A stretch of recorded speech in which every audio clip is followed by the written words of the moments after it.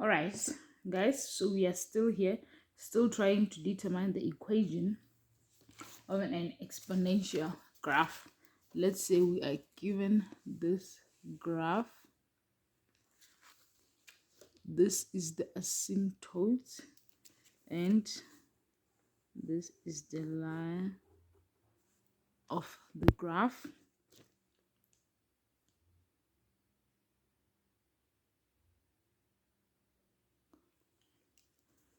This is the asymptote of the graph, and it's cutting on the y-axis, and it's equals to 1.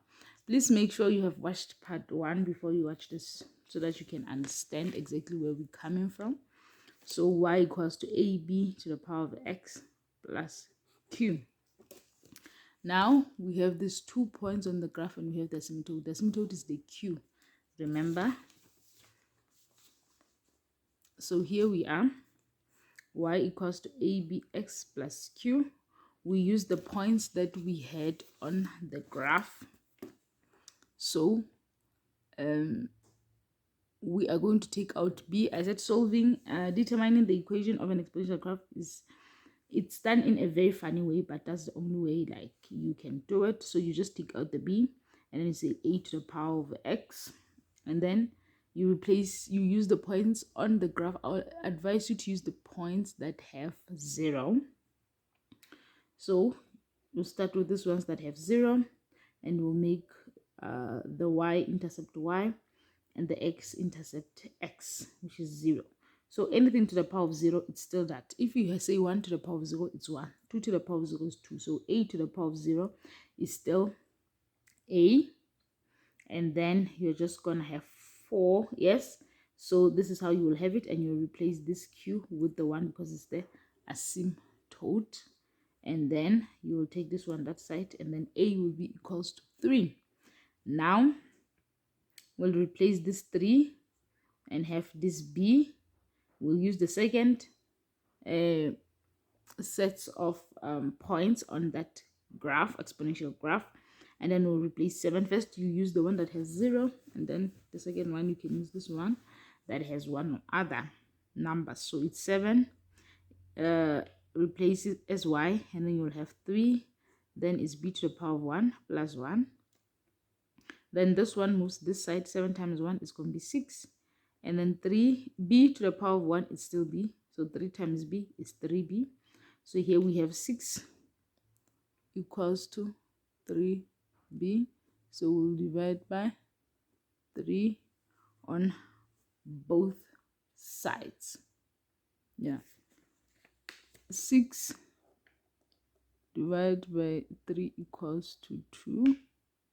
So b equals to 2. Then we'll have the equation as y equals to 3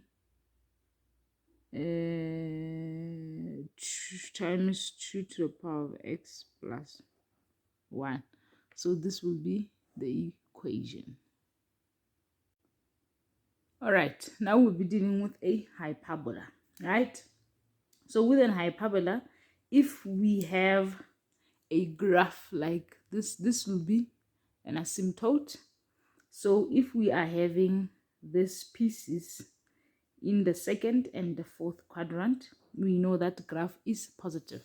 But if we are having this curves in the first and the third, when we're having it in the second and the third quadrant, then we know that this hyperbola is positive. And if we're having it in the first and the fourth quadrant, these curves, we know that this hyperbola is negative. That is how a hyperbola is. Now, if you look at this table, when you're using this equation and you replace it with -2, you will get 1. You replace this x with -1, you'll get 0, and you replace this x with 0, you get error.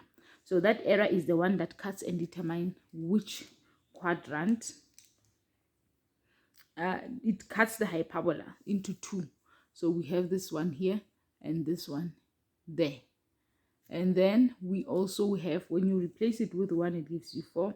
and when you replace it with 3, it gives you, when you replace it with 2, it gives you 3. So this 2 here plus 2, that is your asymptote. So in grade 11, this is grade 10. In grade 11, you will have the equation like this: x plus maybe 1 plus 2.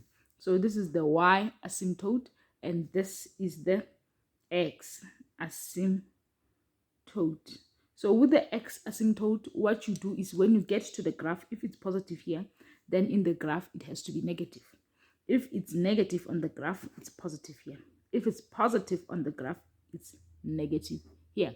So with the x1, that's how you change the signs, but with y, it remains the same. So this is the equation that you'll get in grade 11 and grade 12, but you can still get something like this in grade 12 because they even in grade 11 you can still get an equation like this. You need to know your functions from grade 10 to be able to pass well in grade 11, and you have to know your functions for grade 10 and grade 11 in order for you to pass well in grade 12. All right, let's say you're asked to draw a graph and you're given equation y equals to 2x plus 4, right? And you are looking for x and y using this equation. What you're going to do first is to get x, y has to be 0. To get y, x has to be 0. So we're going to get x here. We'll say 0 is y equals to 2 over x plus 4, right? This 4 will go to the other side. Then we'll say 4 equals to 2 over x. What we can do here is to cross multiply. We'll say this is over 1. Then x times 4, that will be 4x equals to 2, because 1 times 2, it's 2. So we will divide by 4 on both sides, and then this will cancel this. Then x will equals to 1 over 2. When you say 2 divided by 4, that's 1 over 2. Now let's try to get y. So when you get y, x is 0, y equals to 2. Sorry, so we are going to replace x with what we got, because if we make it 0, it's going to be undefined.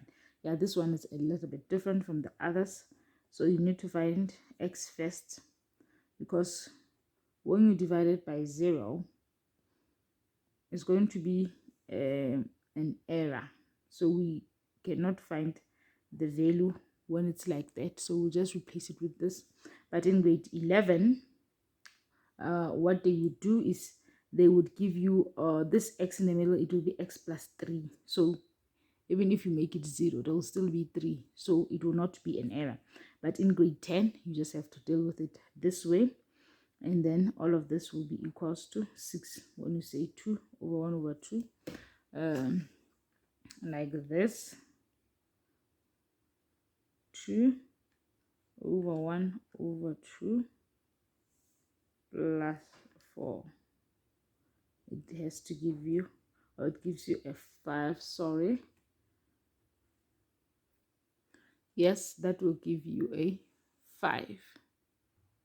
All right, so when you are given this equation, you're asked to determine the equation of a hyperbola, and you are being given this graph with only 2 points. The only thing that we have to find, this is an asymptote y equals to 1.